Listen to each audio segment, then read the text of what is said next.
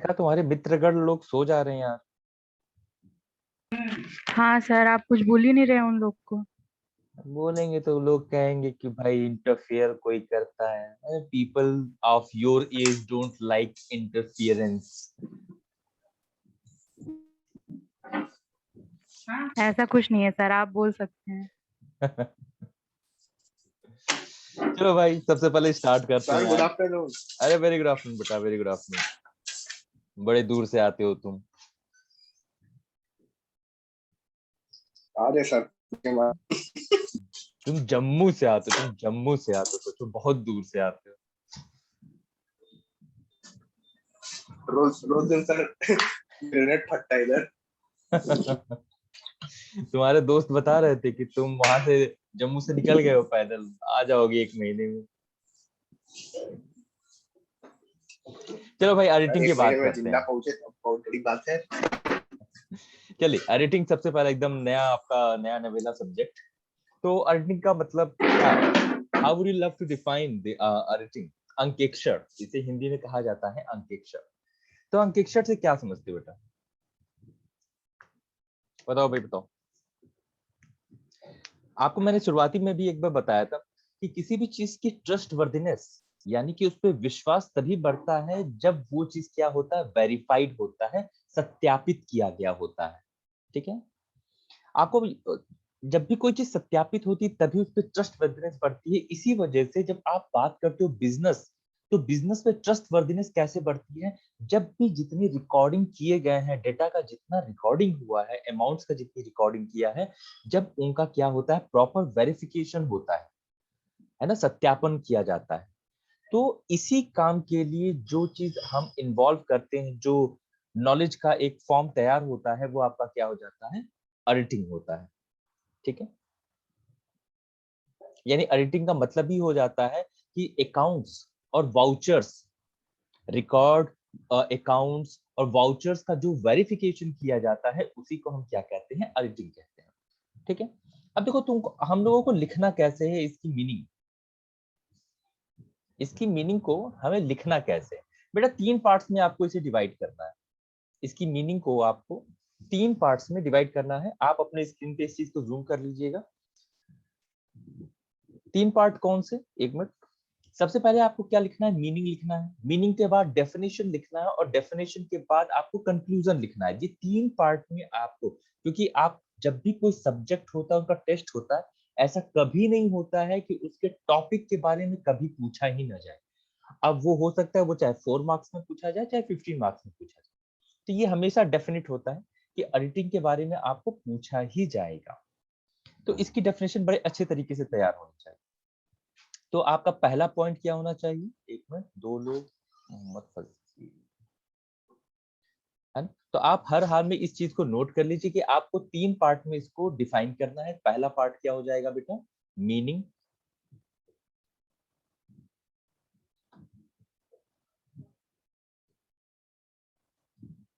पहला पार्ट आपका हो जाता है बेटा मीनिंग। दूसरा आपका हो जाएगा डेफिनेशन।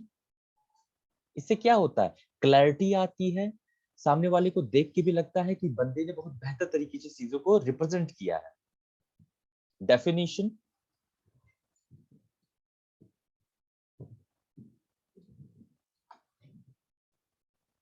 ठीक है।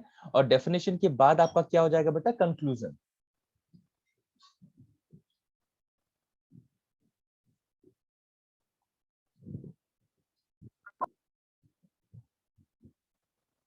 ठीक है। ये 3 पार्ट में लिखना है। अब आपको कौन से देखो, पहले यहां से यहां तक आपका क्या हो जाएगा बेटा, ये आपकी मीनिंग हो जाएगी। ठीक है। किसी भी ऑथर का एक डेफिनेशन लिख लीजिए। डब्ल्यू एच हैंसन के थ्रू आप लिख लीजिए एक डेफिनेशन, डब्ल्यू एच हैंसन, ये रहे डब्ल्यू एच हैंसन। ठीक है। और फिर लास्ट में आपको क्या लिखना है, एक कंक्लूजन लिखना है।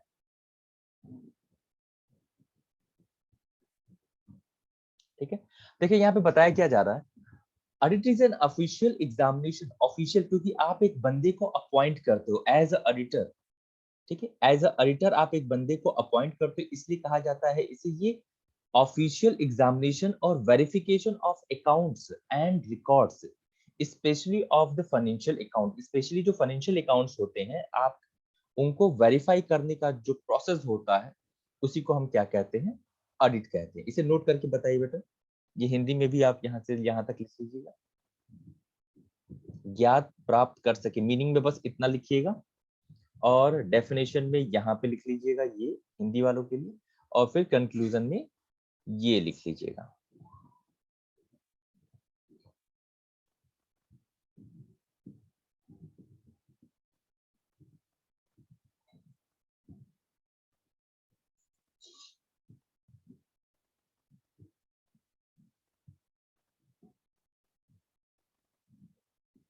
यहाँ तक।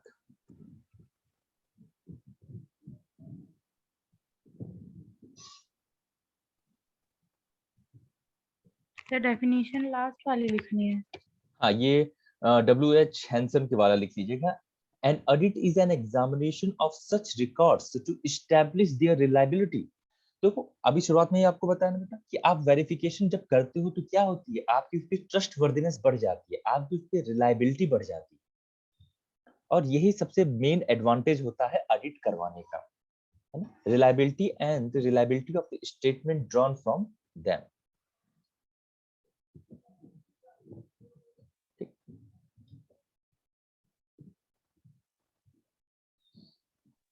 कंक्लूजन में सर, कंक्लूजन में ये जो R.G. विलियम साहब हैं, इनके वर्ड्स को आप कंक्लूजन के तौर पे लिख सकते हैं कि auditing means the examination of books. देखिए यहाँ पे आप क्या लिखेंगे, ऑडिटिंग, फिर लिख लीजिएगा मींस या conclusion can be drawn that auditing means the examination of books, accounts and the vouchers of the business with a view to ascertain whether or not the balance sheet is properly drawn upon। यहाँ तक इन्हीं के ये R.G. William साहब के जो words यहाँ पे लिखा हुआ है, ऑडिटिंग मींस एग्जामिनेशन से लेके ड्रॉन अपॉन तक, इसे आप कंक्लूजन के तौर पे लिख दीजिए। Okay sir.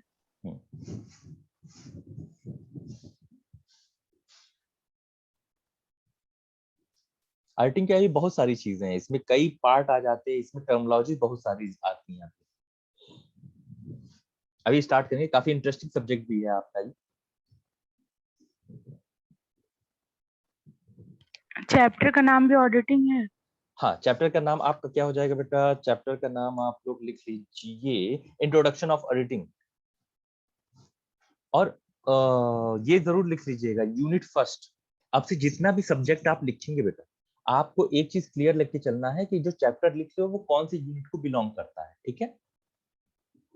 तो ऊपर लिखिएगा यूनिट फर्स्ट, और चैप्टर 1 लिखिए, फर्स्ट लिखिएगा इंट्रोडक्शन ऑफ ऑडिटिंग, अंकेक्षण का परिचय, अंकेक्षण का परिचय।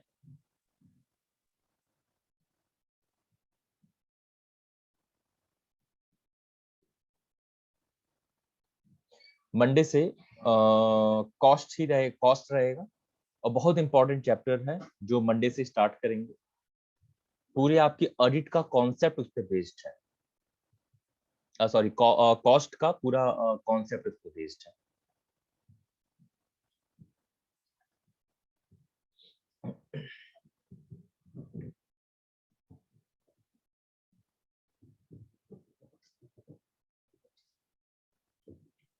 हो गया सर। हो गया, ओके। और लोग का हो गया बेटा, किसी का नहीं हुआ है तो नहीं बोल दे।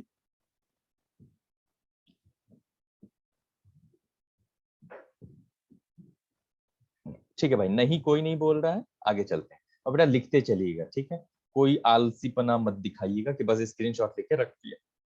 आगे से ना कॉलेज वाले एप्लीकेशन से आपका जो ऑनलाइन क्लास होगा, जो क्लास से लगेगा, तो उस पर आप स्क्रीनशॉट नहीं ले सकते हैं, ना उस पर किसी तरीके का रिकॉर्डिंग आप बना सकते हैं। बहुत फुल सेफ है वो, तो उस पर आप तो लिखना ही पड़ेगा फिर।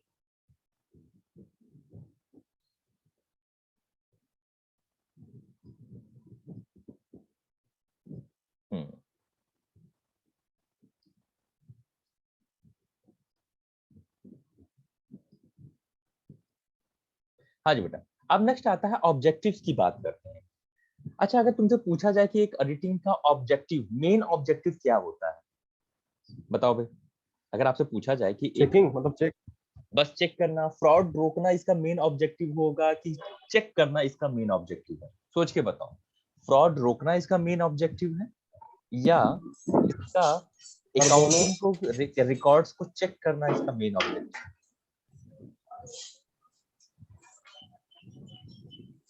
हाँ भाई बताओ।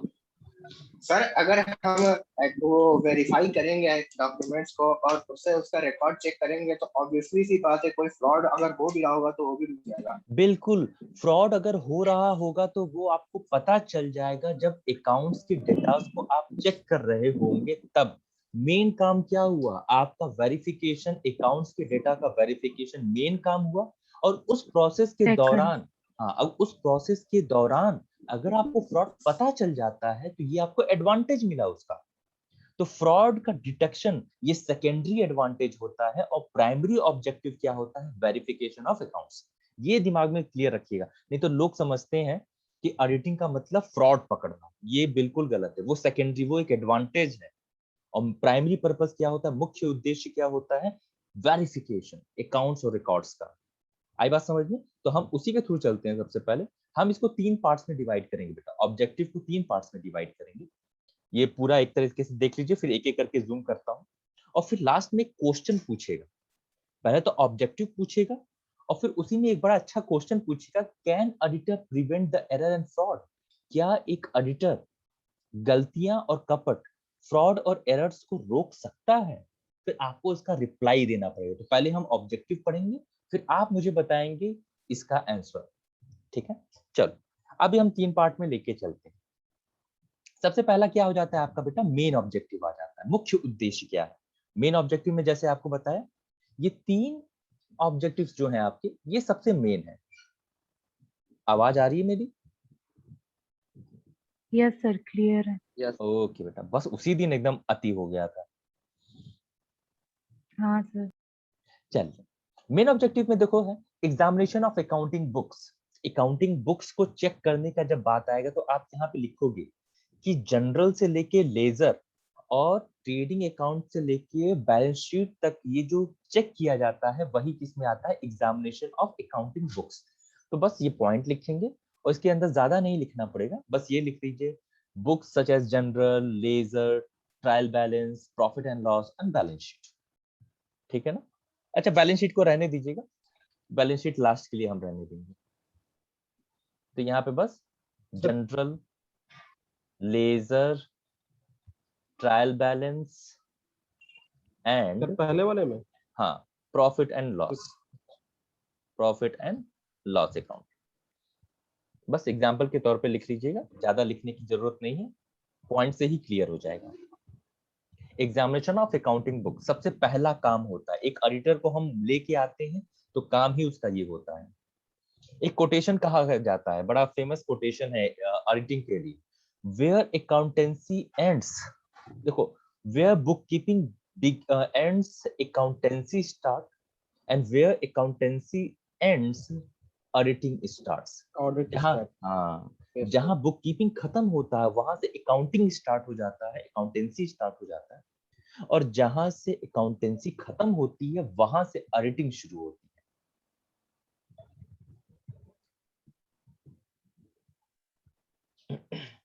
पहला पॉइंट लिखा। अब देखो दूसरा पॉइंट क्या है? Verification of financial statement.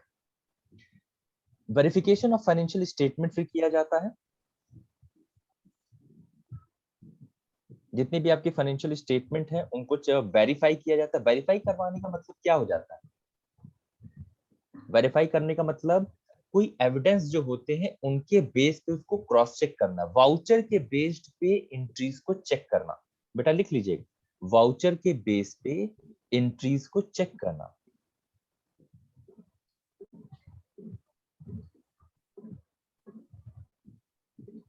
Voucher के बेस पे एंट्रीज को चेक करना।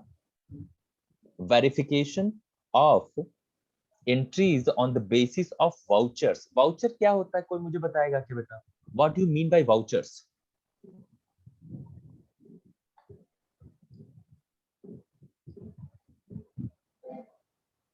नीतीश बताएगा वाउचर क्या है। हाँ नीतीश बता दो तो, वाउचर्स क्या होते हैं बेटा? नहीं पता सर। अरे कुटा जाओगे, रोज वाउचर काटते हो तुम। अच्छा केवल भैया जाता है कि तुम जाते हो? कहाँ? ठीक है जाने दो। वाउचर्स का मतलब क्या हो सर वो जाता है? टीबी का मतलब क्या लिखे हैं? सर एक टीबी, ट्रायल पीस बैलेंस से क्या पीस हुआ? Of paper. अभी बताते हैं। टीबी जो लिखा हुआ है बेटा ट्रायल बैलेंस है, ठीक है ना? Okay sir, okay. हाँ जी। हाँ तो वाउचर्स, हाँ वाउचर्स का ठीक है, पीस ऑफ पेपर होता है। जब भी आप कोई ट्रांजैक्शन करते हो तो उसकी जो आपको रसीद मिलती है वही क्या कहलाते हैं, आपका वाउचर कहलाता है, ठीक है ना? A rough yes copy, sir. हाँ, proof of all the quantity and amount. Quantity लिखी होती है, अमाउंट लिखा रहता है, किस बंदे से आपने परचेज किया है, किस डेट पे परचेज किया है, सारी जो इंफॉर्मेशन एक ट्रांजैक्शन का दिया रहता है वही आपके क्या होते हैं, वाउचर्स होते हैं, बिल्स भी जिसे आप कहते हैं, ठीक है ना? और फिर लास्ट में आपका क्या करना रहता है, valuation of the assets and liabilities. अब एक ऑडिटर की सबसे बड़ी रिस्पॉन्सिबिलिटी ये आती है बैलेंस शीट को चेक करना। और बैलेंस शीट को चेक करने में इससे पूरा का पूरा एक चैप्टर है। ये जो ऑब्जेक्टिव आप देख रहे हो ना बेटा, इस पे पूरा का पूरा चैप्टर है valuation of assets and liability पे, कि असेट्स की वैल्यूएशन किया जाता है किस तरीके से करना है, क्या आपको पॉइंट्स लेके चलने रहते हैं, ठीक है? तो ये सब काम भी आपके ऑडिटर के जिम्मे आते हैं और ये मेन ऑब्जेक्टिव्स होते हैं आपके एक ऑडिटर के, ठीक है? अच्छा मैं एक थोड़ी चेंजिंग करवाना चाहूंगा। किसी ने लिख दिया है तो मुझ पे अब ज्यादा कुछ कहे क्या सर आपने कहवा दिया। ये जो है ना, ये हटा के जनरल और लेजर, पहले वाले में आप जो एग्जांपल देंगे वो जनरल और लेजर का या ट्रायल बैलेंस का भी दे दीजिएगा, कोई इशू नहीं है। ट्रायल बैलेंस, फिर ट्रेडिंग अकाउंट, ट्रेडिंग और प्रॉफिट एंड लॉस, इसका एग्जांपल आप ये सेकंड वाले में दीजिएगा। और बैलेंस शीट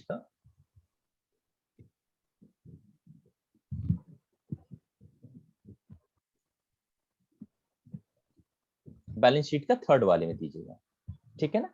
इनको बेस मान के आप एक्सप्लेनेशन दीजिए।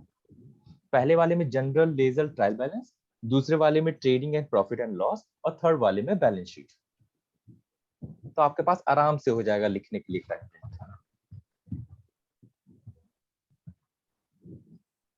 मेन हमें कंटेंट चाहिए होता और बस इतनी सी चीज आपको पूरा कंटेंट अवेलेबल करवा देगी कि इसके अंदर क्या लिखना है। ये हो गया हो तो बताइएगा बेटा। यस सर हो गया है।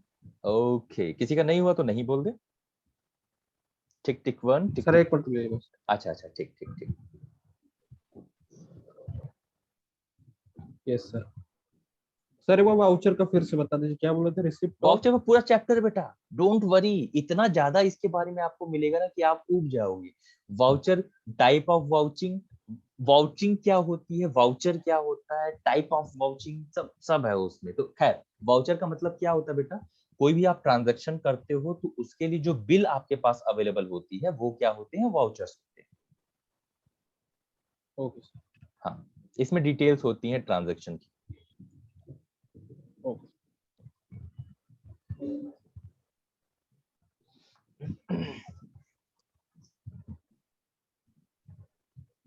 अब हम आते हैं सेकेंडरी ऑब्जेक्टिव, है ना? सेकेंडरी ऑब्जेक्टिव यानी गाय अगर रखते हो तो फिर उसका, भाई नहीं, दूध घर रखते हो तो फिर उससे दही भी जमा लेते हो, मक्खन भी निकाल लेते हो, वो सब एक्स्ट्रा एडवांटेज हो गया। अगर आप चाहे तो वो एडवांटेज आप निकाल लेते हो।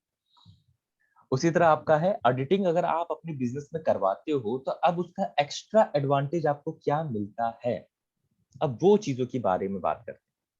पहला जो एक्स्ट्रा एडवांटेज आपको मिलता है वो क्या है, फाइंडिंग आउट द एरर्स। जब आप वाउचर्स की हेल्प से एंट्रीज का मैच करवा रहे होते हो तो आपको एरर पता चल जाती है, ये एक्स्ट्रा बेनिफिट मिलता है। दूसरा, जब इस तरह के एरर्स आप पता करते हो, देखो एक एक से दूसरा निकालना है। जब आपको एरर पता चलते हैं तो किसी भी चीज की एक्यूरेसी सही हो, एकदम फिक्स हो जाती है कि चीज सही है। आपने किसी चीज को चेक किया, तो चेक किया इसका मतलब वो सही होगा, तभी तो आप उसे चेक करने के बाद आगे बढ़े, है ना? उसमें जो गलतियां होंगी उसको आपने सुधारा होगा, तभी तो आप आगे बढ़े। तो इससे क्या आ जाती है, एक्यूरेसी आ जाती है अकाउंट्स की। तो एरर्स का फाइंड आउट होता है, एरर जब आप हटा देते हो तो अकाउंट्स की एक्यूरेसी बन जाती है। ठीक, फिर हम इसे एक कदम आगे बढ़ते हैं और फिर आपको फ्रॉड के बारे में पता चलता है ना। आपको किसके बारे में पता चलता है, फ्रॉड के बारे में पता चलता है। और जब फ्रॉड के बारे में आपको पता चलता है तो आप उस फ्रॉड को फिर क्या कर सकते हो, रोक सकते हो। अभी आपसे कहा एक पॉइंट से ही दूसरा पॉइंट निकालना है। अगर आपको एरर का पता चल जा रहा है तो अकाउंट्स एक्यूरेट हो जाती है, एक्यूरेसी आती है, सटीकता आती है। फ्रॉड के बारे में जब आप पता कर लेते हो तो आप फ्रॉड और एरर को क्या कर पाते हो, रोक पाते हो। Prevention of fraud and error हो पाता है। एक पॉइंट से दूसरा पॉइंट रिलेटेड है।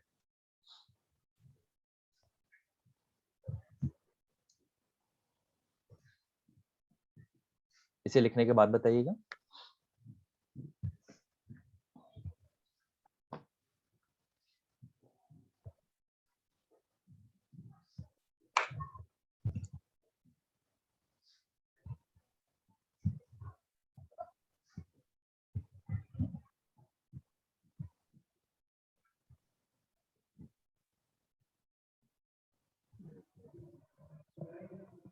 हो गया?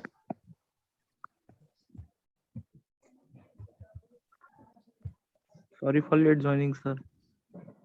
कौन है भाई? जॉनी खान? जॉनी खान कौन है भाई?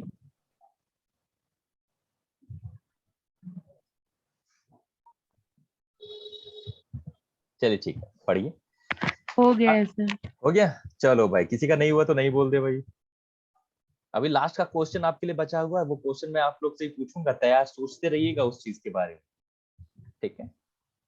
अब कुछ कहेंगे सर क्या पूछना है, अभी पूछ लीजिए आप। आइए अब आते हैं इसके एक्स्ट्रा एडवांटेज पे, चलते हैं। अदर ऑब्जेक्टिव्स क्या होता है।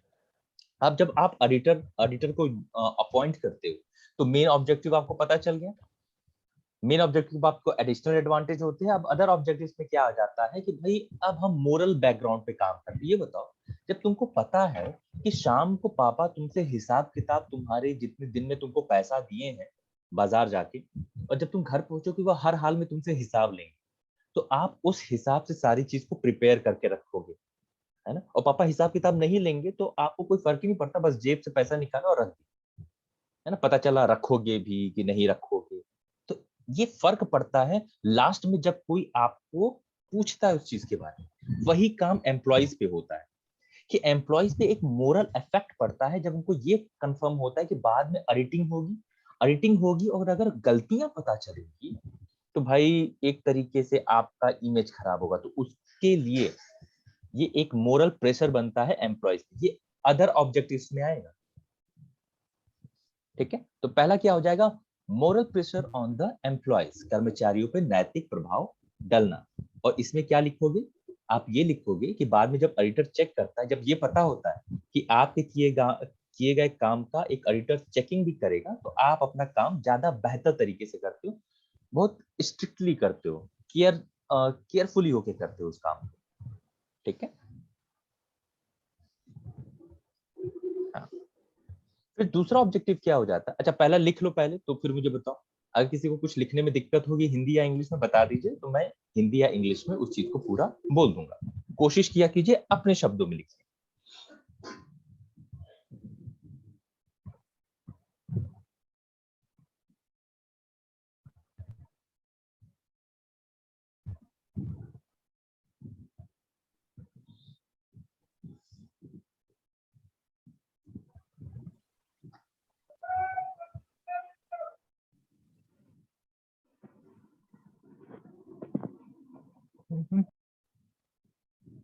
बताओ भाई, दूसरे पे आऊं मैं? हाँ यस सर। सर। ओके, अब बात आती है फुलफिलमेंट ऑफ लीगल ऑब्लिगेशन। अच्छा, अगर मैं ये पूछूं कि क्या सभी तरीके के कंपनीज के लिए ऑडिटिंग कंपलसरी है, बताओ। क्या जितनी भी companies, private company, public company, तरह कंपनियां हैं, क्या सभी कंपनीज के लिए ऑडिटिंग जरूरी होती है? हाँ यस सर, वेरिफिकेशन तो हर कंपनी करती है।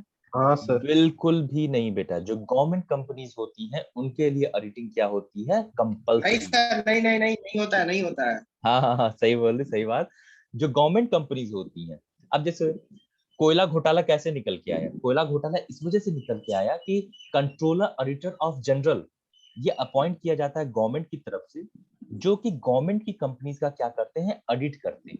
तो इससे कंक्लूजन क्या निकलता है कि जो गवर्नमेंट की कंपनीज होती हैं उनका ऑडिट होना क्या होता है, जरूरी होता है, कंपलसरी होता है ना। मगर जो आपके प्राइवेट कंपनी है, पब्लिक कंपनी है दूसरी, आप ऑडिट करवा लेते हो तो आपको एडवांटेज मिलता है उस ऑडिट करवाने का, गवर्नमेंट से आपको और फायदे मिलते हैं, असिस्टेंस मिलती है, ठीक है ना। तो वो एडवांटेज में चला जाता है। मगर तो यहाँ पे लिख लीजिएगा, all government companies are required to do auditing, है ना। तो हर गवर्नमेंट कंपनी के लिए ऑडिट करवाना जरूरी होता है, तो ये उनके लीगल ऑब्लिगेशन को पूरा करने का काम करता है ना। Auditing helps to fulfil the legal obligation of the government companies. क्या अंकेक्षण, बोले, ऑल गवर्नमेंट? हाँ, ऑडिटिंग, अभी हिंदी में भी बोल दूंगा, auditing helps in fulfilment, auditing helps in fulfillment of legal obligations of fulfillment of legal obligation of government companies। अंकेक्षक सरकारी कंपनियों के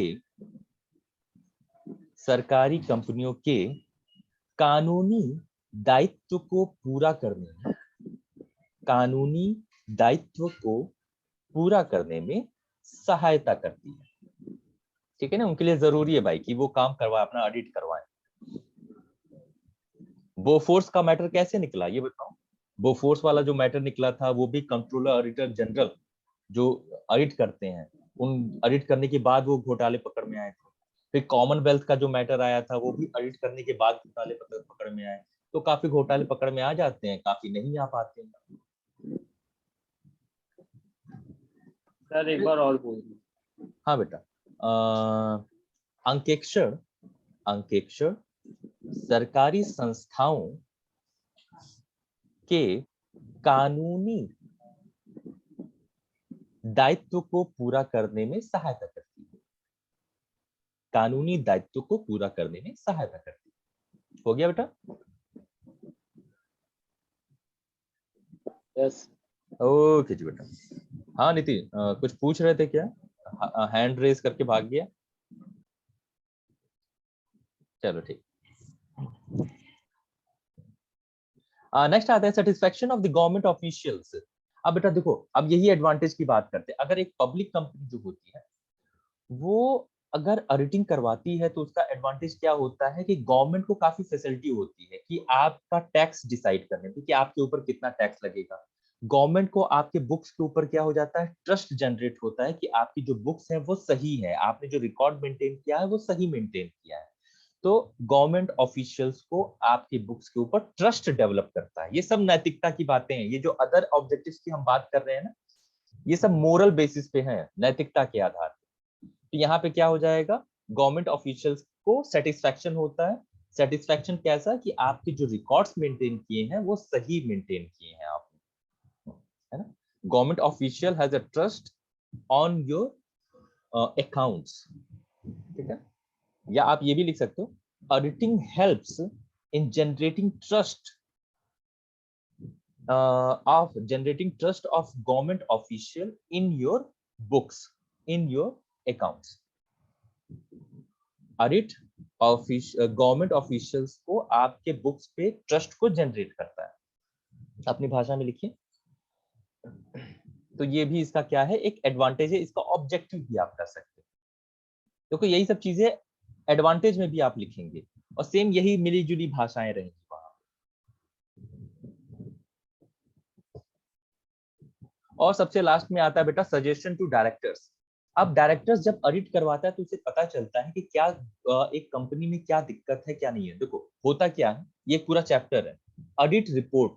जब भी एक ऑडिटर को अपॉइंट किया जाता है तो वो पूरी कंपनी का क्या करता है, चेक करता है, रिकॉर्ड चेक करता है, ठीक, और उसके बाद एक ऑडिट रिपोर्ट तैयार करता है और उस ऑडिट रिपोर्ट में कुछ सजेशंस भी देता है कि कंपनी को और बेहतर करने के लिए और क्या काम किए जा सकते हैं, what would be more required steps could be taken, है ना। तो यहाँ पे आप क्या लिखोगे बेटा, एक ऑडिटर जो होता है अपने ऑडिट रिपोर्ट में सजेशंस भी देता है जो कि एक डायरेक्टर को हेल्प करता है, ठीक है ना। In the audit report, an auditor gives suggestion to directors. In audit report, auditor give suggestion to director. ये पूरा का आपका चैप्टर है ऑडिट रिपोर्ट के ऊपर।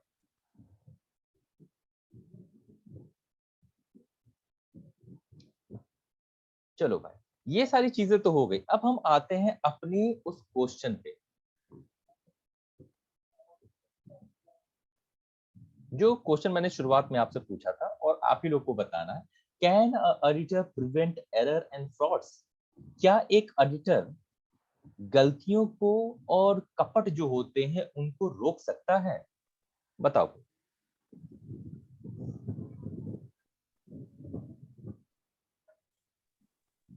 हाँ यस सर। सर। अच्छा, रोक सकता है। काफी पॉपुलर क्वेश्चन है ये, कई बार पूछा जाता है। ये शॉर्ट क्वेश्चन में भी पूछा जाता है, लॉन्ग क्वेश्चन भी जोड़ के पूछा जाता है। तो भाई शिखा के और कुछ लोगों के साथ अभी तक जो आवाजें आई हैं वो हाँ में ही आवाजें आई हैं, और कोई नहीं वाला है क्या?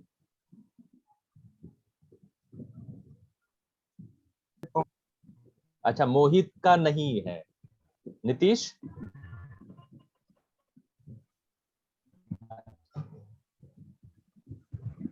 नीतीश हाँ या नहीं बेटा? और भी लोग हैं सर, सबसे पूछिए। वही ना, अभी नीतीश का नाम पर दिखाई दे रहा था तो मैं सोचा फिर नीतीश, फिर उसके बाद गौरव दिखाई दे रहा है। सब सो रहे हैं। अरे नहीं, गौरव हाँ कि नहीं बेटा? सर ऐसा भी तो हो सकता है कि उसके नेचर के सर, ऊपर नहीं। डिपेंड करे हाँ, ऑडिटर के। नहीं, अच्छा। हाँ, अब रमन तुम बताओ एग्जैक्टली हाँ या नहीं बेटा, वो बीच वाला गेम नहीं। हाँ। सर मैं तो पहले ही बोला था कि हाँ हो सकता है, लेकिन एक अच्छा, और मैं बोल रहा नहीं हूँ नहीं कि नहीं, अब देखो ऑडिटर देखो, के इफ एंड नेचर बट के मत, ऊपर भी नहीं डिपेंड कर सकता नहीं, इफ एंड बट नहीं, एक यहाँ पे चीज, आओ। यस या नो? सेजल, सेजल, है। हाँ हाँ ओके सर, हाँ हाँ। ठीक, सेजल।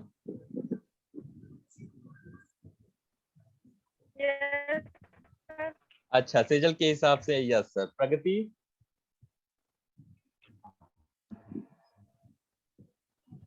अच्छा, प्रगति अभी आउट ऑफ रीच है। रूपाली?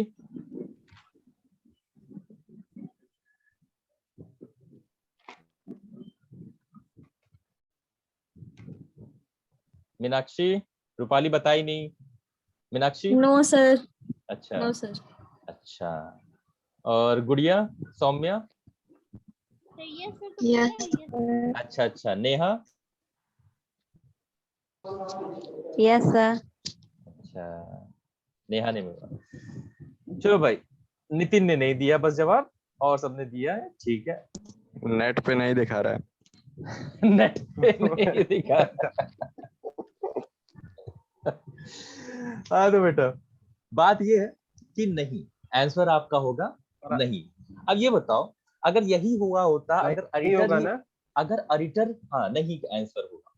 अगर ऑडिटर एरर और फ्रॉड रोक ही सकता तो सत्यम वाला घोटाला कैसे हो जाता, है ना। सत्यम जैसा 14,000 करोड़ का वो घोटाला हुआ था बेटा, 14,000 करोड़।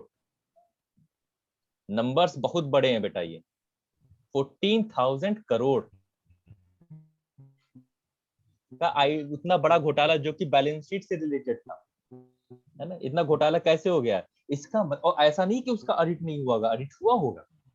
तो यहाँ पे ऑडिटिंग का बेटा एक सबसे बड़ा ड्रॉबैक्स ये होता है कि अगर कोई फ्रॉड बहुत सुनियोजित ढंग से, बहुत अच्छी हिंदी इसके लिए बहुत बढ़िया है, सुनियोजित ढंग से, यानी वेल एस्टैब्लिश्ड तरीके से अगर कोई फ्रॉड किया जाता है, यानी नीचे से लेके ऊपर तक का हर बंदा मिल के फ्रॉड करता है, तो इस तरीके के फ्रॉड को आप नहीं रोक पाते हैं, एक ऑडिटर नहीं पकड़ पाता है।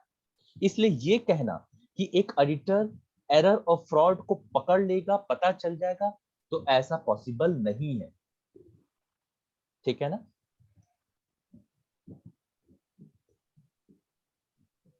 ठीक है बेटा? सर एक इसका बार फिर आंसर से नो बता है दीजिए। सर। हाँ, इसका आंसर ये नो है कि अगर जो फ्रॉड होते हैं वो बड़े बड़े लेवल पे होते हैं, यानी पूरी ग्रुपिंग करके अगर फ्रॉड की जाती है, if the fraud happen at the larger scale with the proper coordination among the members, then it is hard to detect the frauds. तो ये मुश्किल हो जाता है कि फ्रॉड्स को पकड़ा जा सके। इसी वजह से ये कहना कि ऑडिटर एरर और फ्रॉड को अगर पकड़ने के बाद कोई, यानी ऑडिट होने के बाद बुक्स में कोई एरर और फ्रॉड नहीं बचेगा, ऐसा नहीं हो सकता। और क्यों नहीं हो सकता ये आपको बता दिया कि अगर वेल इस्टेब्लिश तरीके से फ्रॉड होता है तो वो नहीं पकड़ में आते और वो एरर्स भी नहीं पता की जाती। Yes sir.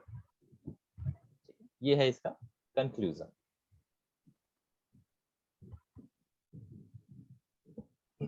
टाइम खत्म होने वाला है सर। हाँ, कभी भी ये फिर खत्म से हो ज्वाइन सकता है। हाँ, फिर से ज्वाइन करना है। इसे मैं ही खत्म कर देता हूँ अपने शुभ हाथों से। नहीं, अब हाथ शुभ है या पता नहीं, चलो मैं ही खत्म करता हूँ इसको।